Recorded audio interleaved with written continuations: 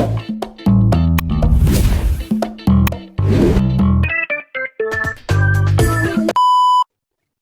everyone, welcome to our channel. So today we will discuss about our computer exam that is on 19th of March.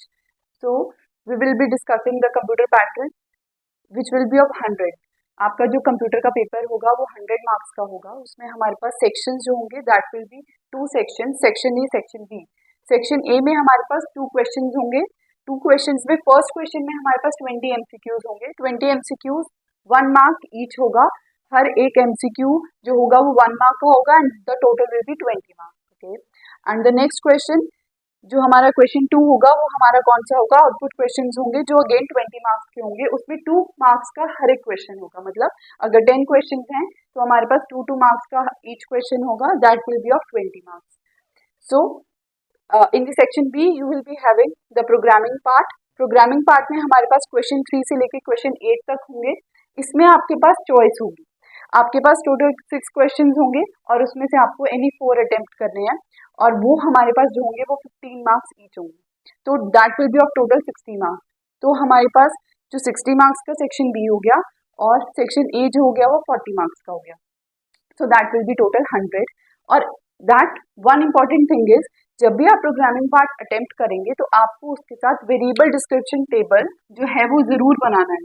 Variable description table क्या होता है कि जिसमें हम अपने सारे वेरिएबल्स को जो है वो एक्सप्लेन करेंगे जो भी हमने अपने प्रोग्राम्स में यूज करे. जैसे कि सपोज आपने जो भी अपने प्रोग्राम्स में वेरिएबल यूज करे होंगे उनका डेटा टाइप और उनकी डिस्क्रिप्शन जो है हमें उसमें और उनका नेम हमें जो है वेरिएबल डिस्क्रिप्शन टेबल में जो है वो बताने पड़ेंगे. नेक्स्ट जो है इम्पॉर्टेंट पार्ट प्रोग्रामिंग में हमें क्या बताने हैं, comments.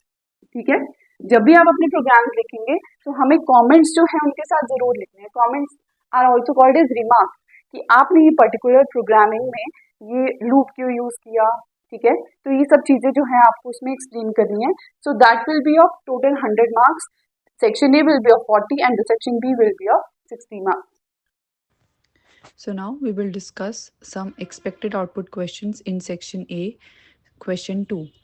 The first question we are discussing is expression solving questions. Expression solving questions में आपके पास expressions दिए होंगे और आपको उन expressions को solve करना है. जो भी values given हैं उनको put करके और उसकी जो है वो आंसर आपको देना है. उसमें मैंने आपके साथ शेयर किए हैं कुछ क्वेश्चंस, आप उनको सॉल्व कर सकते हैं और if any problem you have you can contact us. ठीक है, आप इन क्वेश्चंस को सॉल्व कीजिए. इस टाइप के क्वेश्चंस आपको पेपर में मिल सकते हैं.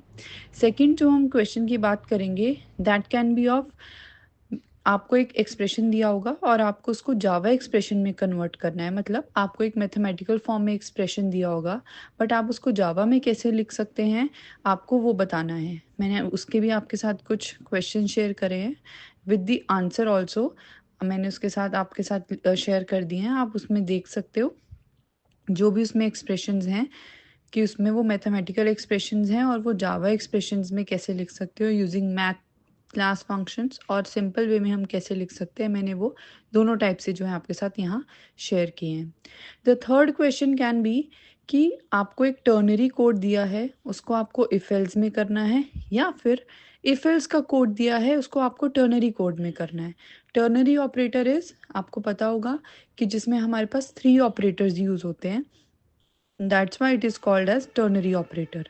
तो इसीलिए मैंने आपके साथ इसमें 3 क्वेश्चन शेयर किए हैं. अगेन उसमें आपको फर्स्ट में यूजिंग टर्नरी ऑपरेटर करना है, देन आप यूजिंग इफ एल्स स्टेटमेंट करना है. तो वही है, टर्नरी से इफ एल्स या फिर इफ एल्स से टर्नरी में भी ये क्वेश्चन भी एक आ सकता है आपके पास. The next question can be conversion of loops. Conversion of loops में क्या आएगा कि आपको एक लूप में दिया है और आपको उसको दूसरे लूप में जो है वो चेंज करके लिखना है कोड. सपोज आपको वाइल में दिया है तो आपको उसको फॉर में चेंज करना है, फॉर दिया है उसको डू वाइल में चेंज करना है. So conversion can be vice versa. ठीक है, वाइल टू डू वाइल और do while to for, any loop can come. ठीक है, आपके पास कोई भी कन्वर्जन आ सकती है.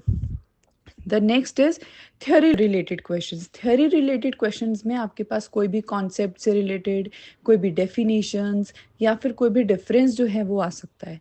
सो you must be prepared with the basic concepts of your programming language. ठीक है, आपको basic concepts that must be clear कि आप में उसमें डेफिनेशंस या फिर डिफरेंसेस या कुछ भी बेसिक वेरिएबल्स और कीवर्ड्स, ये सब बेसिक कॉन्सेप्ट्स आपके क्लियर होने चाहिए। नेक्स्ट जो है that can be array related questions. Array related questions में क्या होगा, आपके पास एरे दिया होगा, that can be 1D array और 2D एरे। उसमें आपके पास आपसे साइज पूछ सकते हैं एरे का, एक पर्टिकुलर एलिमेंट की पोजीशन पूछ सकते हैं। So that will also come in output related questions. तो आप एरे के क्वेश्चंस के साथ भी प्लीज प्रिपेयर रहिएगा। The next will be parse function questions. Parse function, as you know, parse functions हमारे किस लिए यूज होते हैं, जब भी हमारे पास कोई भी नंबर स्ट्रिंग टाइप में हो और उसको अगर हमें न्यूमेरिक में चेंज करना हो तो हम पार्स फंक्शंस को यूज करते हैं। तो आपके पास ऐसे सॉल्विंग क्वेश्चंस आएंगे और आपको इनकी आउटपुट जनरेट करके बतानी है। इसमें भी मैंने आपके साथ 2 क्वेश्चन शेयर करे हैं जिसमें से कि आप इनको सॉल्व कर सकते हो। सो you can practice your questions from here. और कोई भी अगर आपको डाउट हो तो you can contact me. Okay, the next is math class functions. Math class functions हमारे कौन से होते हैं, जो मैथ क्लास फंक्शंस को यूज करके हमारे कोई भी स्टेटमेंट्स या एक्सप्रेशंस दिए होंगे हमें उनको सॉल्व करना है और उनकी आउटपुट अगेन हमें बतानी है। इसमें भी मैंने आपके साथ कुछ क्वेश्चंस शेयर किए हैं, जैसे कि जिसमें मैथ डॉट फ्लोर, सील और मिन मैक्स और रेंट, कोई भी मैथ क्लास के फंक्शन से आपके पास क्वेश्चन आ सकता है। सो ये मैंने कुछ एग्जांपल्स आपके साथ शेयर किए हैं, आप इनकी प्रैक्टिस भी कर सकते हैं।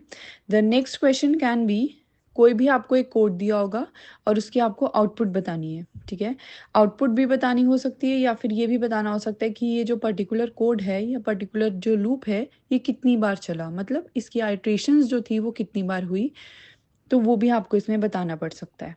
ठीक है, दैट डिपेंड्स कि वो आपसे क्या पूछ रहे हैं। द क्वेश्चन कैन बी कि आपको उसकी आउटपुट बतानी है जो प्रोग्राम गिवन है, और आपको उसमें ये बताना है कि ये पर्टिकुलर लूप कितनी बार चला, how many times the loop gets executed, that my question might कम।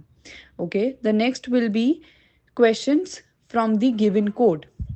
आपके पास एक कोड दिया होगा और उसमें से वो कोई भी क्वेश्चन पूछ सकते हैं। सपोज वो पूछ लेंगे कि इसमें स्टैटिक वेरिएबल कौन से हैं, इसमें इंस्टांस वेरिएबल कौन से हैं, या फिर इसमें कौन कौन से कंस्ट्रक्टर्स यूज हुए हैं, तो उसका भी एक एग्जांपल मैंने आपके साथ शेयर कर दिया है। द नेक्स्ट कैन बी कि अगर आपके पास एक एरर फाइंड आउट करने के लिए प्रोग्राम आ जाता है तो आपको उसमें से ये बताना है कि कौन सा एरर है इसमें। आपको इससे ये भी पूछ सकते हैं कि नेम द एरर और स्टेट द एरर, कि आपको एरर बताना है कि कौन सा एरर है, या फिर वो फाइंड करने के लिए भी बोल सकते हैं कि इसमें से आप फाइंड करिए कि इसमें कौन सा एरर आ रहा है पूरे प्रोग्राम में। ठीक है, और नेक्स्ट आपके पास क्वेश्चंस हो सकते हैं स्ट्रिंग से रिलेटेड। स्ट्रिंग के फंक्शंस जो होते हैं उनका यूज़ करके हमारे पास कोई भी एक एक्सप्रेशंस दिए होंगे और उनको सॉल्व करके हमें स्ट्रिंग के फंक्शंस को सॉल्व करके उनका जो है हमें आउटपुट देना पड़ेगा। ठीक है, तो उसके लिए हमें स्ट्रिंग फंक्शन सारे पता होने चाहिए, तो क्योंकि वो हमारे पास MCQs में भी आ सकते हैं, इन आउटपुट क्वेश्चंस में भी आ सकते हैं, and that can also come in your programming part, क्योंकि प्रोग्रामिंग पार्ट में अगर आपके पास कोई भी स्ट्रिंग से रिलेटेड आ जाता है प्रोग्राम, तो you have to use your string functions in that also. So you must know the string functions, so you can practice from there here the string functions. Next is implicit or explicit. Implicit or explicit, these are called as type conversions. Type conversion is जब हम एक data type से दूसरे data type में convert करते हैं तो वो हमारी implicit होती है या फिर explicit होती है। तो उससे रिलेटेड भी हमारे पास कुछ क्वेश्चंस हैं, मैंने शेयर किए हैं, तो आप प्लीज़ ये टॉपिक भी अच्छे से करिएगा। इसमें से भी क्वेश्चंस आने के चांसेस होते हैं implicit और explicit टाइप कन्वर्जन्स के। The next is convert from if else to switch case और वाइस वर्सा। इसमें क्या करना है, हमें इफ एल्स में दिया है, again this is conversion, if else में दिया है तो हमें स्विच में करना है, या फिर हमें स्विच में दिया हुआ है तो हमें उसको इफ एल्स में लिख के बताना है। This is also conversion, like previously we were doing is जो हमारी लूप्स की कन्वर्जन थी। अब मैं बात कर रही हूँ कि जब हमें इफ एल्स टू स्विच या फिर स्विच टू इफ एल्स अगर हमें कन्वर्जन आ जाती है तो हमें बस पता होना चाहिए कि क्या सिंटेक्स है, we only have to follow that syntax, और हमें वो इफ एल्स या फिर स्विच में वो वाला कोड जो है वो कन्वर्ट कर देना है। So these are some questions which we are expecting कि आपको क्वेश्चन नंबर 2 में मिलेंगे। So you can practice these questions from this. I hope this video will be helpful for you. Thanks for watching my video. Thank you.